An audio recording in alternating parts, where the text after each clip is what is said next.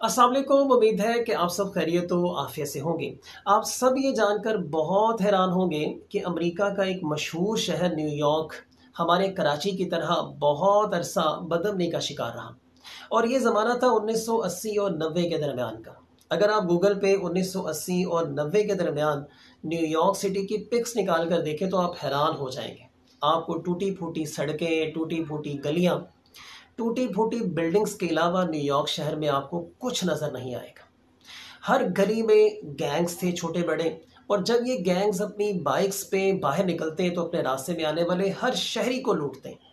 और न्यूयॉर्क के शहरियों की एक नफ्सियात बन चुकी थी कि कोई भी डाकू जब हमारे पास किसी चीज़ को छीनने के लिए आएगा तो हमने अपनी चीज़ आराम से चुप करके उसको दे देनी है। अगर हमने ऐसा ना किया तो वो या तो हमें मार के चला जाएगा और या फिर हमारे किसी बच्चे को अगवा कर लेगा और फिर हमें तावान की सूरत में एक बहुत बड़ी रकम इनको देनी पड़ेगी और फिर अपने बच्चों को छुड़वाना पड़ेगा।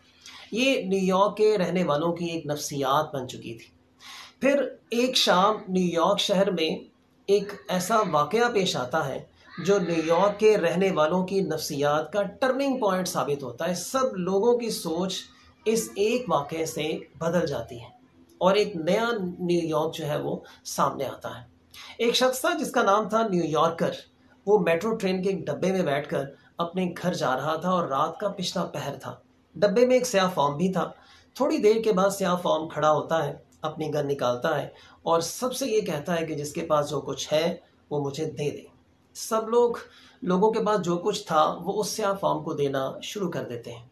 स्याह फॉर्म जब उस न्यूयॉर्कर शख्स के पास पहुंचता है तो उस शख्स ने भी अपना बटवा निकालकर अपने हाथ में पकड़ा हुआ था कि जैसे ही वो मेरे पास आएगा और मैं उसे दे दूंगा। अब स्याह फॉर्म जब उस न्यूयॉर्कर शख्स के पास आता है, उसे उसके बटवे का तकाजा करता है तो न्यूयॉर्कर अपना बटवा उसको दे देता है। स्याह फॉर्म जब उसके बटवे को ओपन करता है तो उसमें से सिर्फ $30 बरामद होते हैं। अब उस स्याह फॉर्म को बहुत गुस्सा आता है। वो बटवा न्यूयॉर्कर के जो है वो चेहरे पे मारता है, उसे गालियां निकालना शुरू कर देता है चूंकि पैसे कम थे उसके अंदर। न्यूयॉर्कर बहुत परेशान था पहले ही। वो जब बटवा उसके चेहरे पर मारकर उसको गालियां निकालता है तो न्यूयॉर्कर इस चीज़ को बर्दाश्त नहीं कर पाता। वो खड़ा होता है और स्याह फॉर्म के साथ लड़ना शुरू कर देता है। उसकी गन उससे छीनकर उसको ठीक ठाक फेंटी लगाता है, ठीक ठाक मारता है उसको। इसी दौरान स्टॉप आ जाता है। गाड़ी जो है मेट्रो ट्रेन जो है वो रुक जाती है और उस स्याह फॉर्म को न्यूयॉर्कर मारता हुआ डब्बे से बाहर फेंक देता है। इत्तफाकन वहाँ पे कुछ मीडिया के लोग भी खड़े थे। मीडिया के लोग इस सारी चीज़ों की इस सारे वाक़ये की वीडियो बना लेते हैं और न्यूयॉर्कर से एक सवाल करते हैं कि क्या तुम्हें डर नहीं लगा इस स्याह फॉर्म से लड़ते हुए? क्या तुम्हें किसी किस्म का कोई खौफ नहीं आया? न्यूयॉर्कर मीडिया के सामने ये कहता है कि मुझे कोई डर नहीं लगा और अब मेरे मज़ीद इन लोगों से डरना भी नहीं है। अब ये बात पूरे न्यूयॉर्क सिटी में जंगल की आग की तरह फैल जाती है।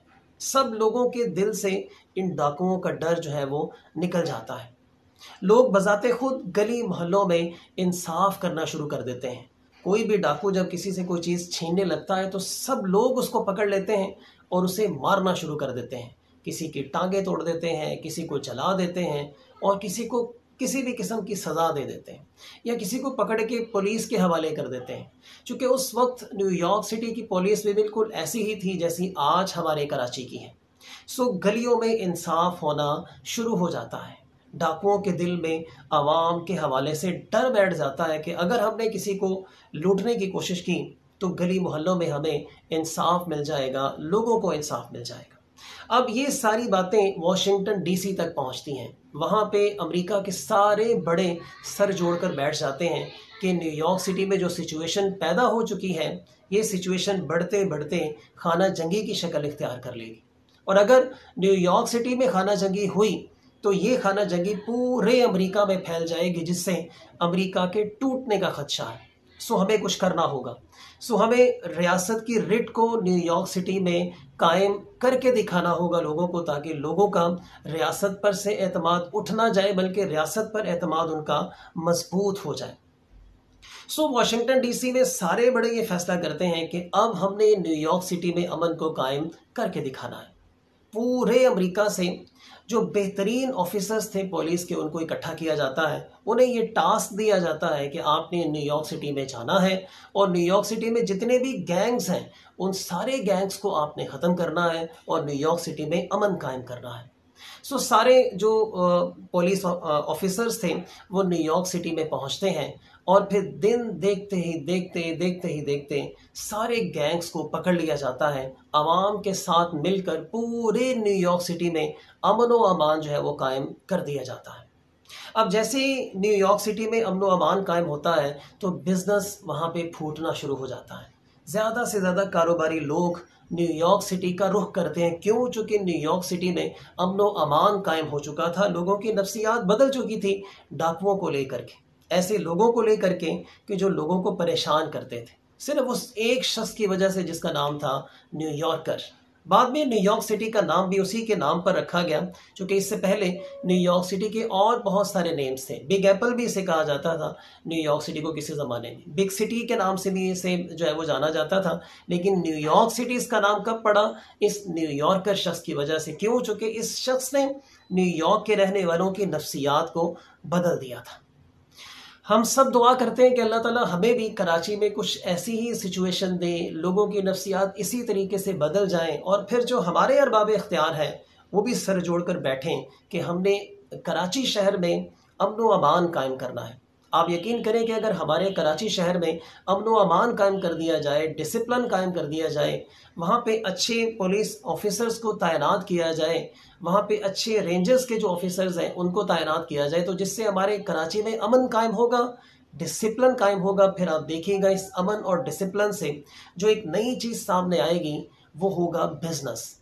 और जैसे ही हमारे कराची में बिजनेस आम होगा, आप देखिएगा इसका असर पूरे पाकिस्तान पर पड़ेगा। पूरा पाकिस्तान जो है वो ग्रो करेगा और पूरा पाकिस्तान तरक्की करेगा। हम सब दुआ करते हैं कि हमारे जो अरबाब इख्तियार हैं उन्हें भी अल्लाह हिदायत दें और हमें भी नेक और अच्छे हुक्मरान जो है वो अता करें, जिससे हमारे शहरों में अमन कायम हो और हमारे शहरों में कारोबार जो है वो तरक्की करें। आप सब अपना और अपने आसपास के लोगों का बहुत ज़्यादा ख्याल रखिएगा। अल्लाह हाफ़िज़।